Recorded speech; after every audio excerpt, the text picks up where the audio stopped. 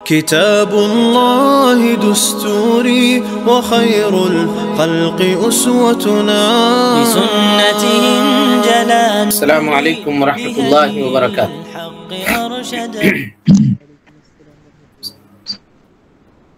إن الحمد لله نحمده ونستعينه ونستغفره ونعوذ بالله من شرور أنفسنا ومن سيئات أعمالنا من يهده الله فلا مضل له ومن يضلل فلا هادي له وأشهد أن لا إله إلا الله وحده لا شريك له وأشهد أن محمدا عبده ورسوله أما بعد فإن خير الحديث كتاب الله وخير الهدي هدي محمد صلى الله عليه وسلم وشر الأمور محدثاتها وكل محدثة بدعة وكل بدعة ضلالة وكل ضلالة في النار.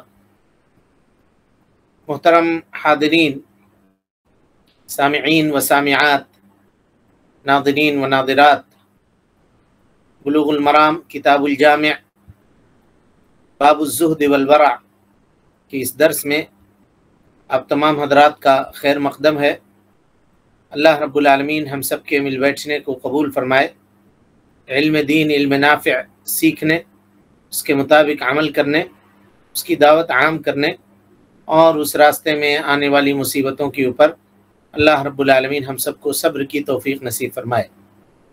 حاضرین گرامی، گزشتہ درس میں حضرت عبداللہ ابن عباس رضی اللہ عنہما سے مروی روایت، جو اللہ کے نبی جناب محمد رسول اللہ صلی اللہ علیہ وسلم نے اپنے چچا زاد بھائی یعنی حضرت عبداللہ ابن عباس کو نصیحت کی تھی، اور جس نصیحت کو حضرت عبداللہ ابن عباس نے ہم سب کے لیے نقل کیا ہے، وہ نصیحت ہے، کہتے ہیں کنت خلف النبی صلی اللہ علیہ وسلم یوما، ہم اللہ کے نبی صلی اللہ علیہ وسلم کے پیچھے تھے ایک روز، تو آپ نے کہا اے غلام، اے بچے، اے لڑکے، احفظ اللہ یحفظک، تم اللہ کی حفاظت کرو، اللہ رب العالمین تمہاری حفاظت کرے گا۔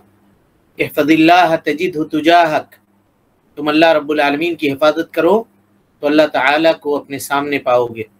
وَإِذَا سَأَلْتَ فَاسْأَلِ اللَّهَ وَإِذَا اسْتَعَنْتَ فَاسْتَعِنْ بِاللَّهِ، اور جب تمہیں سوال کرنے کی ضرورت پڑے، کچھ مانگنے کی ضرورت پڑے تو صرف اللہ سے مانگو، اور جب مدد طلب کرنے کی ضرورت پڑے تو صرف اللہ رب العالمین سے مدد طلب کرو۔ اس حدیث کو امام ترمذی رحمۃ اللہ علیہ نے روایت کیا ہے، اور امام ترمذی کہتے ہیں کہ اس حدیث کی سند جو ہے وہ حسن صحیح ہے، حسن صحیح درجے کی یہ روایت ہے جو ہم لوگ سن رہے ہیں اور اس کی تشریحات کو سمجھنے کی کوشش کر رہے ہیں۔ کل کے درس میں یہ باتیں آپ کے سامنے آئی تھیں کہ اللہ رب العالمین کی معیت کی کتنی قسمیں ہیں، ہے نا۔ دراصل ہم حدیث کے اس جملے کی تشریح کر رہے تھے جس میں اللہ کے نبی صلی اللہ علیہ وسلم نے کہا احفظ اللہ تجدہ تجاہک، تو اللہ رب العالمین کی حفاظت کر تو اللہ تعالیٰ کو اپنے قریب پائے گا، اللہ تعالیٰ کو اپنے قریب پائے گا، اپنے سامنے پائے گا، یعنی اللہ رب العالمین کی مدد، اس کی نصرت، اس کی تائید، اس کی توفیق تمہارے شامل حال ہوگی۔ اور جس شخص کے شامل حال اللہ کی نصرت ہو، اللہ کی مدد ہو، اللہ کی تائید ہو، اس کا کوئی کچھ نہیں بگاڑ سکتا۔ جس کے اوپر رب العالمین کا ہاتھ ہو، اس کا کون کیا بگاڑے گا؟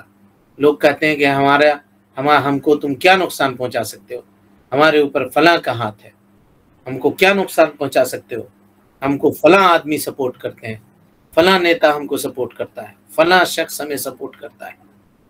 جب اللہ رب العالمین کی سپورٹ کر رہا ہو اور اللہ تعالیٰ کا ہاتھ جس کے اوپر ہو، ہاں، اس کو کسی بات کی پریشانی ہوگی، کوئی دقت اور کوئی دشواری ہوگی؟ نہیں ہوگی۔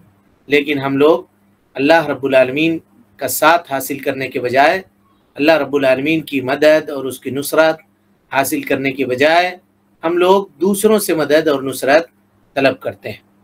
تو کل کے درس میں یہ بات آپ کے سامنے آئی تھی کہ اللہ رب العالمین کی معیت اور اللہ تعالیٰ کے ساتھ ہونے کی دو قسمیں ہیں۔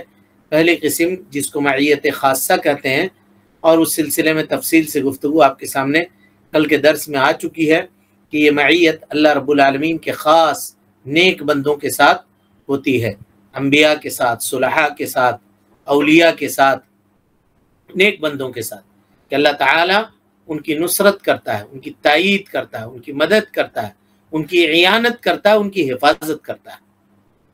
اور دوسری معیت ہے اللہ رب العالمین کی، جس کو کہتے ہیں معیت عامہ، وہ اللہ رب العالمین کی اس قول میں مذکور ہے۔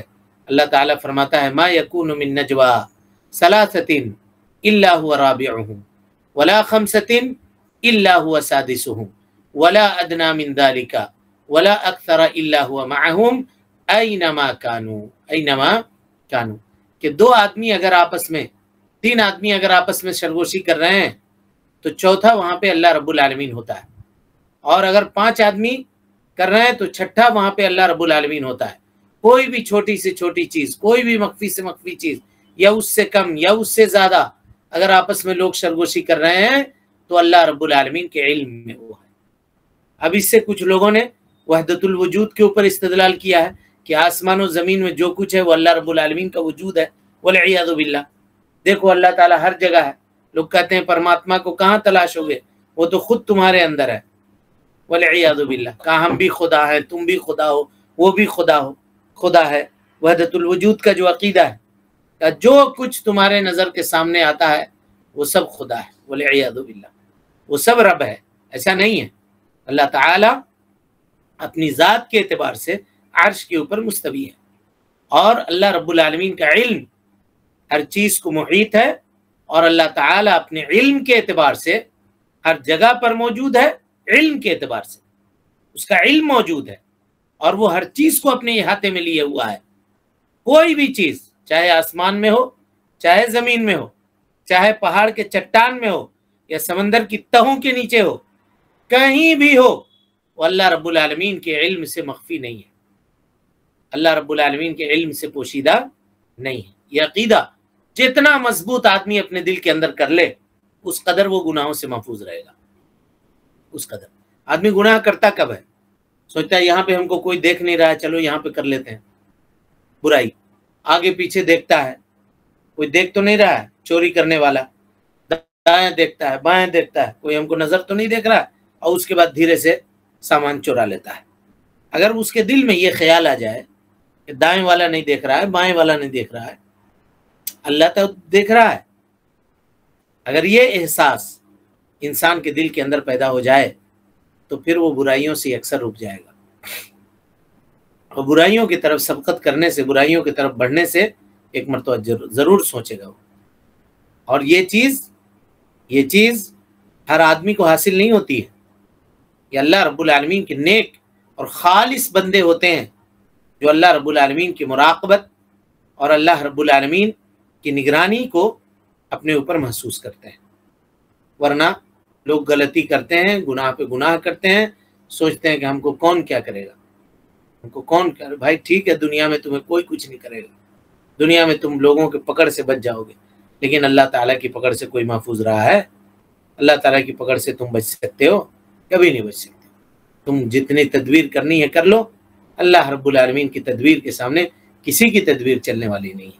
کل کے درس میں یہ ساری تفصیلات آپ کے سامنے آ چکی تھی۔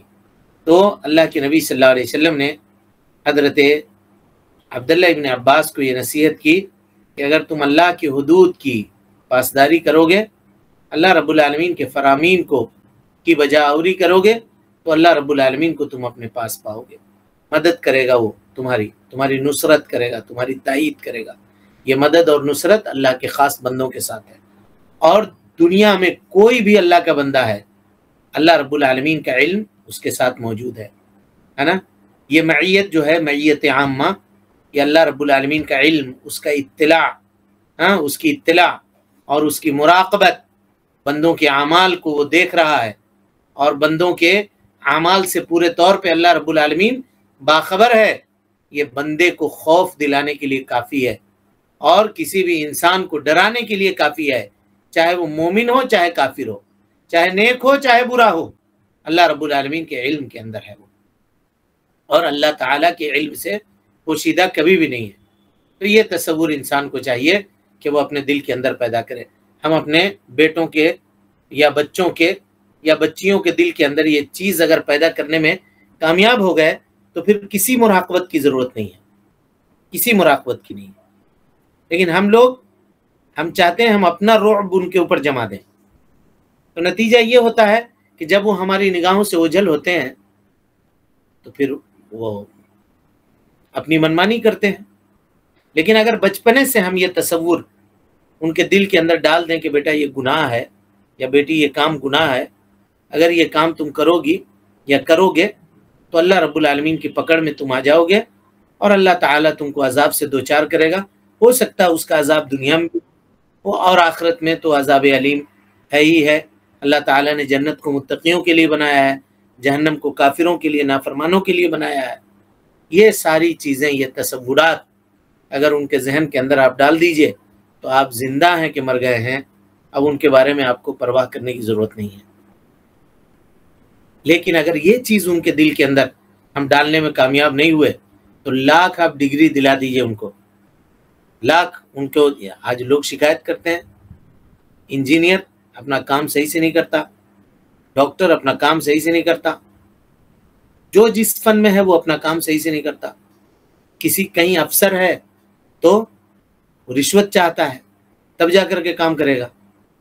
اور اس میں سب برابر ہیں، سب برابر ہیں. یہ نہیں ہم کہہ رہے ہیں کہ چلیے کوئی دوسرا ہے تو وہ ٹھیک ہے یا اپنا ہے تو یہ غلط ہے، نہیں، سارے لوگ برابر ہیں. ہر ایک کی چاہت یہ ہوتی ہے کہ ہم اگر کوئی کام کر رہے ہیں، آپ کے لیے ایک سگنیچر کر رہے ہیں تو ہمیں کچھ چاہیے، ہم کو دو، بغیر دیے ہم یہ کام نہیں کریں گے. حضرت عمر ابن خطاب رضی اللہ تعالیٰ عنہ نے اپنے زمانے میں فوج کے کمانڈروں کو یہ آرڈیننس جاری کروایا تھا. کیا کروایا تھا دیکھیے، کہا کہ سنو، جہاں بھی فوج ہیں موجود، اسلامی افواج، دن کو تو وہ میدان جنگ میں ہوتے ہیں، رات کو جب وہ اپنے خیمے میں آئیں تو انہیں چاہیے کہ وہ قرآن مجید حفظ کریں، قرآن مجید حفظ کریں. اور ہر ایک گورنر کو یا کمانڈر کو یہ حکم دیا تھا کہ تم مختلف ٹولیوں کے درمیان فوج کو تقسیم کر کے ہر حافظ کو یا قاری کو لگا کر کے ان کے پیچھے ان کو قرآن کا علم دو. اور اس کے بعد چند مہینوں کے یا چند سالوں کے بعد جب کمانڈروں کو لکھا پھر دوبارہ حضرت عمر نے اور رپورٹ طلب کی کہ ذرا بتاؤ یہ جو ہم نے پلاننگ آپ تم لوگوں کے سامنے پیش کی تھی اس کا کیا نتیجہ ہوا. تو کہا کہیں سے اتنے لوگ حافظ ہو گئے، کہیں سے اتنے لوگ حافظ ہو گئے، کہیں سے اتنے لوگ حافظ ہو گئے. تو حضرت عمر ابن خطاب رضی اللہ تعالیٰ عنہ نے وہ تاریخی جملہ کہا تھا مجھے بہت اطمینان ہے. کیونکہ تم سپاہی ہو سکتا ہے تم سے ناانصافی ہو جائے، تلوار چلاتے ہو، جوش اور جذبے میں ہوتے ہو، لیکن اب مجھے اطمینان ہے کہ جب ہمارا سپاہی تلوار چلا رہا ہوگا تو اس کے تلوار کی حفاظت کے لیے پورا کا پورا قرآن مجید اس کے سینے میں موجود ہوگا. وہ کبھی بھی اللہ کی نافرمانی نہیں کرے گا، ان چیزوں کو کبھی پامال نہیں کرے گا. یہ تصورات آج ہم اپنے ذہنوں کے اندر کیوں نہیں پیدا کرتے ہیں؟ اپنے بال بچوں کے اندر ہم اس کو کیوں نہیں ڈالتے ہیں؟ کیوں نہیں کوشش کرتے ہیں کہ ہم دینی تعلیم سے اس کو روشناس کرا دیں؟ کم سے کم اتنا ہی علم تو اس کو دے دیں کہ جتنے علم سے اچھائی برائی. اچھا، اس میں خود ہمارا اپنا فائدہ ہے. ہم میں کا ہر آدمی اگر اللہ کے علم میں ہے تو کل بوڑھا ہوگا. آج کا جوان اگر اللہ کے علم میں ہے تو ہو سکتا ہے اس سے پہلے بھی انتقال کر جائے. کل چل کر کے انہی بال بچوں کی سہارا کی ضرورت اس کو ہوگی.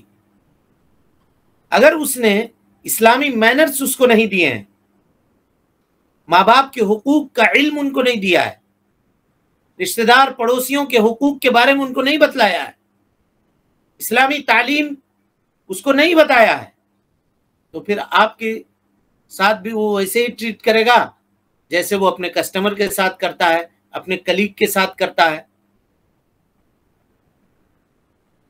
اپنے کلائنٹ کے ساتھ کرتا ہے. وہ معاملہ وہ بھی آپ کے ساتھ کرے گا. جس طرح سے دوسرے لوگوں کو اس افسر سے ملنے کے لیے وقت کی ضرورت، وقت اپائنٹمنٹ لینا پڑتا ہے، ویسے ہی کل باپ ہو کر کے آپ کو بھی اس سے اپوائنٹمنٹ لینا پڑے گا، کیونکہ آپ نے اس کو اہمیت ہی نہیں بتلائی ہے، سمجھایا ہی نہیں ہے۔ تو آج کل کے اس زمانے میں کھانے پینے سے زیادہ ضرورت ہے، فتنوں کے اس دور میں جہاں ہر طرف سے ارتداد کی لہریں چل رہی ہیں، گمراہیاں پیر پسار رہی ہیں، لوگوں کو اچک لیا جا رہا ہے، اسکول کالج ارتداد کے اڈے بن گئے ہیں، ہر طرف ایمان کے لٹیرے موجود ہیں۔ ایسی پرفتن دور میں ہمیں چاہیے کہ ہم توحید باری تعالی کا درس اپنے نونہالوں کو دیں، اور اللہ رب العالمین کی اس مراقبت کا جام اور سبق اس طرح سے ان کو پلا دیں یا پڑھا دیں، ان کی گھٹی میں ڈال دیں کہ وہ اس بات کو نہ بھولیں۔ جہاں کہیں بھی رہیں اللہ رب العالمین کی مراقبت ان کے دل کے اندر رہے باقی، آپ رہیں چاہے نہیں رہیں، آپ دیکھ رہے ہوں چاہے نہیں دیکھ رہے ہوں۔ اور اگر آپ اپنا ڈر دل کے اندر بٹھائیں گے تو آپ کب تک ہیں؟ جب تک ہیں آپ گھر میں موجود ہیں، باہر جا کے وہ کوئی کام کر لے گا، دوسری جگہ جا کے کوئی کام کر لے گا، چوری کر لے گا، کچھ اور کر لے گا، کچھ اور کر لے گا۔ سب سے ضرورت اس بات کی ہے کہ یہ نصیحت کرنا، آپ کو واقعہ معلوم ہوگا۔ امام بخاری رحمۃ اللہ علیہ سفر کر کے جا رہے تھے، تو ماں نے، ان کی والدہ نے ان کے دامن کے اندر کچھ اشرفیاں رکھ کر کے اور دامن کو سی دیا تھا، بند کر دیا تھا۔ چھوٹا بچہ ہے، پیسہ ہاتھ میں دیں گے، صندوق میں دیں گے، کہیں غائب کر دے گا، دامن پہ رکھ کر کے سی دیتے ہیں، مجبوری کے وقت میں، ضرورت کے وقت میں اس کو کام آئے گا۔ ڈاکوؤں نے حملہ کیا، سفر پہ تھے، سب سے پوچھا اس کے پاس کیا ہے، اس کے پاس کیا ہے؟ چھوٹا بچہ دیکھا گا اس کے پاس کچھ بھی نہیں ہوگا۔ اے بیٹے تمہارے پاس کچھ ہے؟ ہاں ہے۔ کیا ہے؟ کہ دیکھو یہ اشرفیاں ہیں۔ ارے ہم کو معلوم نہیں تھا تمہارے پاس اشرفی ہے، تم چپ رہ جاتے، تمہارا پیسہ بچ جاتا۔ نہیں، گھر سے نکلتے وقت میری ماں نے مجھ سے کہا تھا کہ جھوٹ نہیں بولنا، یہ جھوٹ بولنا اللہ کو ناپسند ہے۔ ماں موجود نہیں ہے، وہاں پہ حاضر نہیں ہے، لیکن جو درس اس نے دیا ہے وہ بچے کے ذہن کے اندر بیٹھا ہوا ہے۔ لیکن ہم کیا تعلیم دیتے ہیں؟ ہم کہتے ہیں گھر میں اگر موجود ہیں، سو رہے ہیں، کسی کا موبائل آیا، فون آیا، کہہ دو ابا نہیں ہے گھر میں، بیٹھ کر کے بات کر رہے ہیں، کہہ دو ابا سو رہے ہیں، کہہ دو ابا نہا رہے ہیں، بعد میں بات کرنا۔ تو یہ تعلیمات تو ہم ان کو خود جھوٹ بولنے کی ترغیب دے رہے ہیں اور ان کو سکھا رہے ہیں۔ یا بچہ ساتھ میں ہے، کسی کا فون آیا، گھر میں موجود ہے، کہہ رہا نہیں میں دفتر میں ہوں، میں نکل چکا ہوں، راستے میں ہوں، آ رہا ہوں۔ تو وہ جان رہا ہے کہ کیسے بیوقوف بنایا جاتا ہے، علم سیکھ رہا ہے، تعلیم آپ سے لے رہا ہے، اور پھر آگے چل کر کے وہ کہیں اور ہوگا، آپ پوچھے گا کہاں ہو تو کہے گا میں کالج میں ہوں، کہاں ہو تو کہے گا میں اسکول میں ہوں، کہاں ہو تو کہا مدرسے میں ہوں، لیکن وہ ہوگا کہیں اور، کیونکہ یہ تربیت آپ ہی نے دی ہے اس کو، یہ تعلیم آپ ہی نے اس کو سکھایا ہے۔ اس کے مجرم جتنا وہ ہے اتنا آپ بھی ہیں، یعنی ہم سب بھی ہیں۔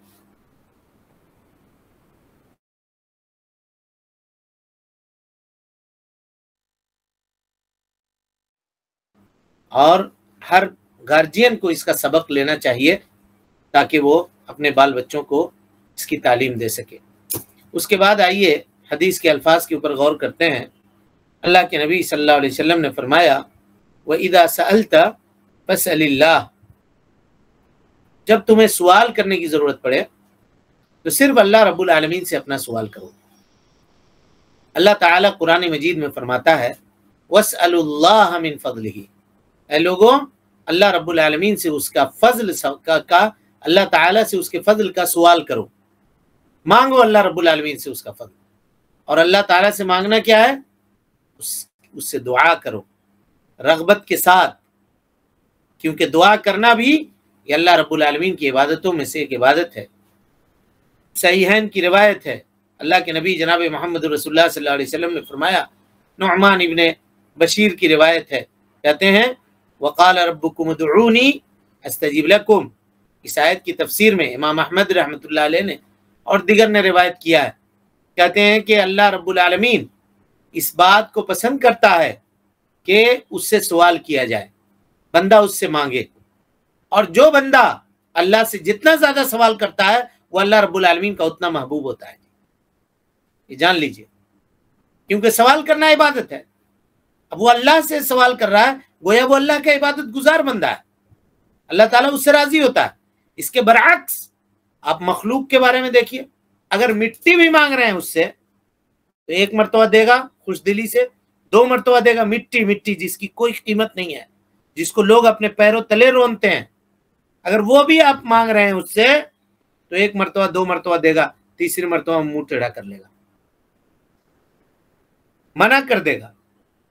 اگر کھل کے منع نہیں بھی کرے گا تو ایسی رویہ ایسا اپنائے گا آپ کے ساتھ کہ آپ چوتھی مرتبہ اس کے پاس مانگنے سے نہ آئے، مانگنے کے لیے نہ ہے، چوتھی مرتبہ جھڑک دے گا، آپ ناراض ہو جائے گا، کیا تم چلے آتے ہو بار بار مانگنے کے لیے، تم ہمارے پاس رکھے ہوئے ہو کیا، تمہارا ہم قرضہ لیے ہوئے ہیں، کب تک کریں گے، تمہارا ہم ذمہ اٹھائے ہوئے ہیں، سیدھے کہہ دے گا، بے عزت کر دے گا۔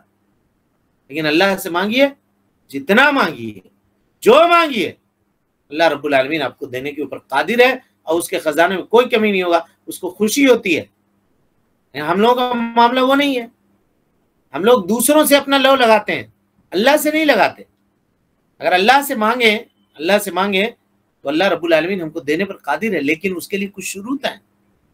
اللہ تعالیٰ بندوں کی دعا قبول کرتا ہے جب تک بندہ اس کے قبولیت کی جلدی نہ مچائے۔ ہم چاہتے ہیں کہ آج مانگے ہیں، ہاں، اور کل اللہ تعالیٰ ہمارے خزانے کو بھر دے، چٹ منگنی پٹ بیا، آج دکان کھولے ہیں سوچتے ہیں کل کروڑ پتی ہو جائیں۔ ارے بھائی، ایک آدمی دکان کھول کر کے 20 سال سے محنت کر رہا ہے، تب جا کر کے وہ 50 لاکھ کروڑ روپے کا آدمی ہوا ہے۔ تم چاہتے ہو کہ آج دکان کھول کر کے کل تم کو کروڑوں کی بارش ہو جائے، ایسا نہیں ہوتا ہے، روزی آتے آتے آتی ہے، صبر کرنا پڑے گا، اللہ رب العالمین سے مانگنا پڑے گا، اللہ تعالیٰ اس کو دے گا۔ ہمارا معاملہ یہ ہوتا ہے کہ ہم مانگتے ہیں، 1 مرتبہ مانگے، 2 مرتبہ مانگے، 3 مرتبہ مانگے، مراد پوری نہیں ہوئی، چھوڑ دیا، مانگنا چھوڑ دیا۔ اللہ تعالیٰ کہتا ہے کہ جو بندہ مجھ سے تھک کر کے اپنا ہاتھ گرا دیتا ہے تو اللہ رب العالمین اس کے اس بے وقوفی کے اوپر ہنستا ہے، اس کی بے وقوفی کے اوپر اللہ رب العالمین ہنستا ہے، کہتا ہے کہ دیکھو اس جلد باز انسان کو کہ میں اپنی رحمت سے اس کے قریب آ رہا تھا، اب اس نے مانگنا ہی چھوڑ دیا، اس نے مانگنا ہی چھوڑ دیا، ترک کر دیا۔ اس کو چاہیے تھا کہ یہ مانگتا رہے۔ ابو رزین کہتے ہیں رضی اللہ عنہ کہ ہم اپنے رب سے کبھی بھی مایوس نہیں ہوں گے اور کبھی بھی اس سے مانگنا نہیں چھوڑیں گے، کہ یہ وہ رب ہے کہ جو بندے کے مایوسی کے اوپر ہنستا ہے۔ لن نعدم ربنا یضحک، ہم اپنے رب کو کبھی نہیں چھوڑیں گے اور اس سے کبھی بھی ہم نادم نہیں ہوں گے جو ہمارے نہ مانگنے کی وجہ سے ہنستا ہے۔ سوچیا، تو سوال ہم کو صرف اللہ رب العالمین سے کرنی چاہیے، صرف اللہ رب العالمین سے مانگنا چاہیے۔ اور آپ کو معلوم ہے اگر کوئی آدمی وہ سوال جو اللہ سے کرنی چاہیے اگر مخلوق سے کرتا ہے تو کیا ہے؟ شرک اکبر ہے، شرک اکبر ہے۔ اور ایسا آدمی اگر بغیر توبہ کے مر گیا تو وہ دائمی جہنمی ہوگا، دائمی جہنمی ہوگا۔ سوال مانگنا صرف اللہ رب العالمین سے کرنا چاہیے، اور توکل کا یہ اعلیٰ درجہ ہے جی، اللہ رب العالمین سے تعلق کا یہ اعلیٰ مقام ہے کہ مومن اپنے تمام معاملات کو اللہ کے سامنے پیش کرے، یہاں تک کہ اگر اس کا کوئی سامان گر جائے وہ بھی اللہ سے مانگے، ہے نا؟ طبرانی کی روایت ہے، لَيَسْأَلْ أَحَدُكُمْ رَبَّهُ، کہ تم میں کا آدمی اپنے رب سے سوال کرے، اپنی تمام حاجتوں کو اللہ سے مانگے، یہاں تک کہ اگر اس کے جوتے کا تسمہ ٹوٹ جائے تو اس کو چاہیے کہ وہ بھی اللہ رب العالمین سے، کہ اللہ تعالیٰ جوتا کا تسمہ ٹوٹ گیا ہے نا، اس کے ریپیئرنگ کروانے کا انتظام کروا دے۔ اب یہ ایک چھوٹی سی بات ہے، لیکن اس کو اللہ کے سامنے پیش کرنا ہے. تو بڑی سے بڑی چیز کسی دوسرے سے مانگیں گے ہم؟ اللہ کو چھوڑ کر کے اللہ سے مانگیں گے. اور اللہ ہر چیز کو دینے کے اوپر قادر ہے. پوری دنیا والوں کی ضرورتوں کو یک لخت اگر اللہ تعالیٰ پورا کر دے گا اور ہر ایک کی مانگ اس کے مرضی کے مطابق عطا کر دے گا, تب بھی اللہ رب العالمین کے خزانے میں ذرہ برابر بھی کمی ہونے والی نہیں ہے. کمی کا اور نقصان کا خطرہ یہ مخلوق کے خزانے میں ہے. اللہ کے خزانے میں کوئی کمی کا خطرہ نہیں ہے, اور کوئی چیز اللہ رب العالمین کے سامنے بڑی نہیں ہے. ہو سکتا ہے ہمارے لیے وہ چیز بڑی ہو, لیکن اللہ رب العالمین کے لیے وہ چیز بڑی نہیں ہے. اب یہاں ایک سوال ہے, کیا مخلوق سے ہم سوال کر سکتے یا نہیں کر سکتے؟ تو مخلوق سے سوال کرنے کی 2 قسم ہے جی.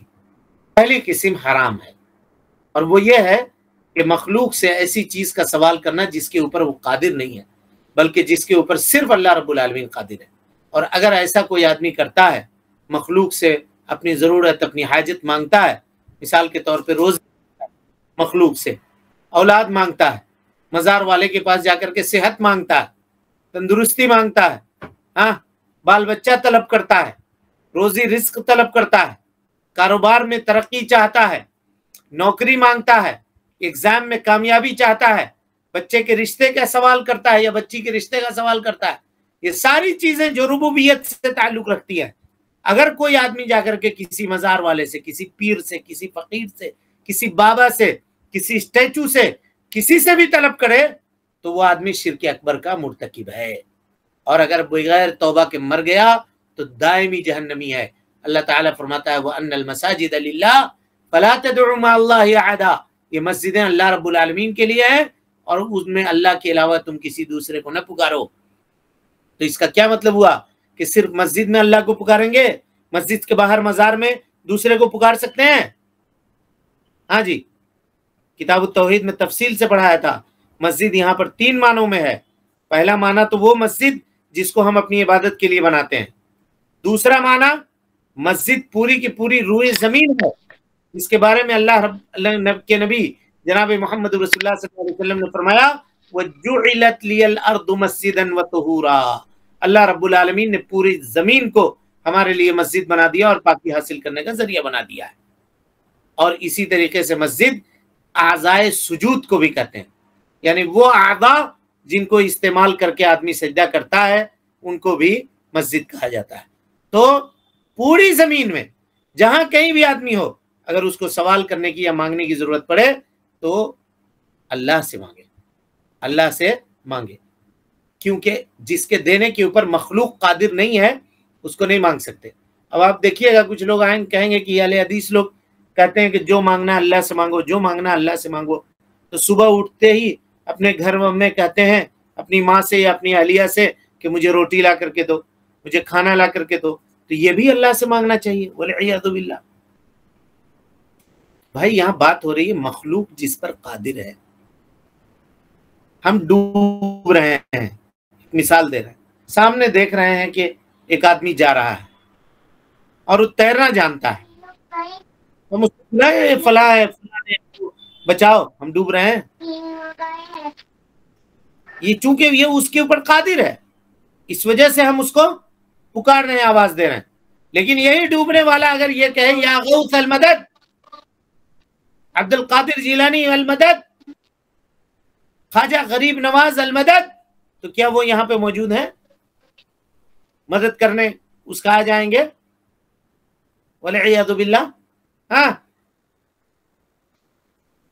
جی نہیں, یہ کرنا شرک ہے. کتاب التوحید میں تفصیل سے یہ باتیں آپ لوگ پڑھ چکے ہیں. مخلوق سے سوال کی دوسری قسم جو ہے وہ جائز ہے. وہ یہ کہ مخلوق سے حاجت اور ضرورت کے وقت ہے نا اس سے کوئی چیز طلب کرنا, جیسے مال اس سے طلب کرنا یا کوئی منفعت طلب کرنا. کسی کو قرض کی ضرورت ہے, کسی سے قرض لے لیا, یا کسی کو ضرورت ہے کہ بھائی ہم کو ذرا سا فائدہ پہنچا دو, سفارش کر دو, کر دیا. ہم کو نوکری دلوا دو, یا ہم کو اپنے یہاں کام پر رکھ لو. یہ چیزیں اس سے مانگ سکتے ہیں. آپ دیکھ رہے ہیں کہ وہ آدمی فیکٹری کا مالک ہے, بڑا تجارت ہے اس کے پاس, لوگوں کو وہ کام پہ رکھتا ہے, تو کہیے بھائی صاحب ذرا ہماری بھی مدد کر دیجئے,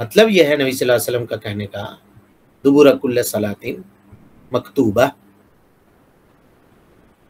کہ جب تشہد پڑھو، تشہد پڑھ کر کے جب فارغ ہو گئے تو فارغ ہونے کے بعد پھر دعا کیجیے، جو دعا مانگنا ہے وہ دعا کیجیے.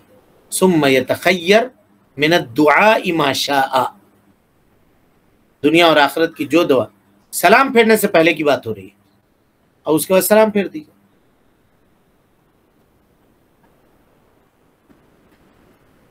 جی تو وہ دعا جو ہے وہ اپنی زبان میں مانگا جائے یا عربی میں ہی مانگنا پڑتا ہے؟ اپنی زبان میں نہیں مانگ سکتے، عربی میں مانگنا پڑے.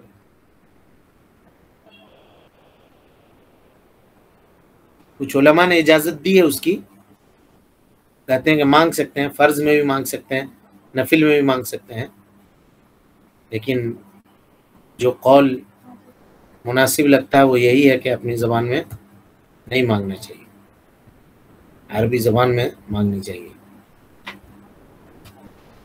انبیاء کرام کی جو دعائیں ہیں اس کو بھی مانگ سکتے ہیں؟ اس میں مانگ سکتے ہیں، مانگ سکتے ہیں. انبیاء کرام کی دعائیں، حدیث میں جو دعائیں ہیں اس کو مانگ سکتے ہیں. اللہم اشفنا واشف مرضانا ومرضی المسلمین، اے اللہ ہم کو شفا دے دے، ہمارے مریضوں کو شفا دے دے، مسلمانوں کو شفا دے دے. اللہم ارزقنی، اے اللہ ہم کو روزی دے. رب حب لی من الصالحین، اے اللہ اولاد دے دے. یہ دعا کر سکتے ہیں. لا الہ الا انت سبحانک انی کنت من الظالمین، رب انی مسنی الضر وانت ارحم الراحمین. اس طرح کی دعائیں مانگ سکتے ہیں. جزاکم اللہ خیرا وحسن الجزاء. اور زور سے پڑھنے کے لیے، ہاں جی کیا بول رہے ہیں حفیظ؟ مسنون دعا تو مانگ سکتے ہیں،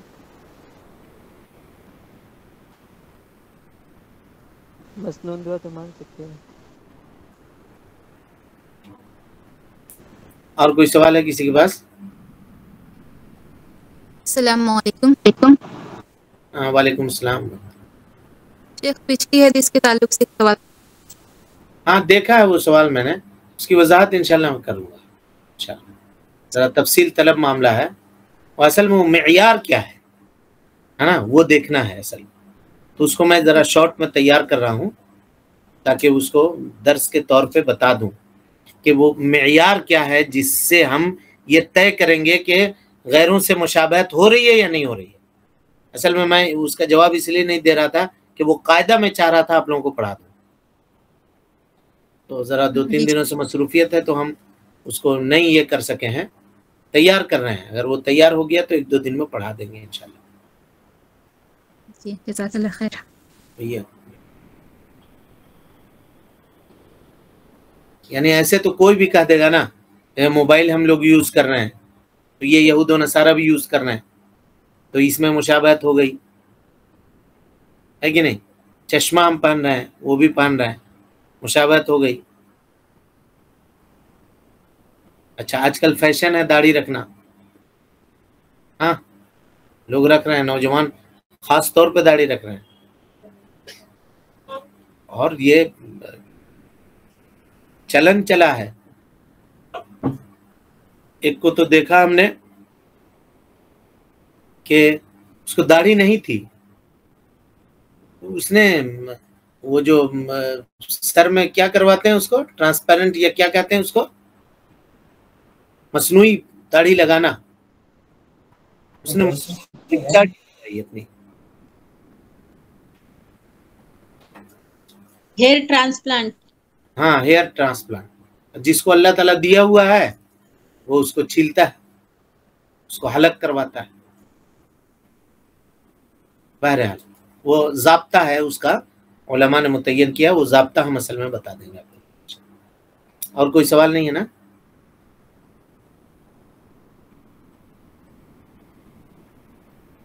ٹھیک ہے پھر السلام علیکم ورحمۃ اللہ وبرکاتہ. وعلیکم السلام ورحمۃ اللہ وبرکاتہ. دستوري وخير الخلق أسوتنا، بسنته جلا نوري لهدي الحق أرشدنا.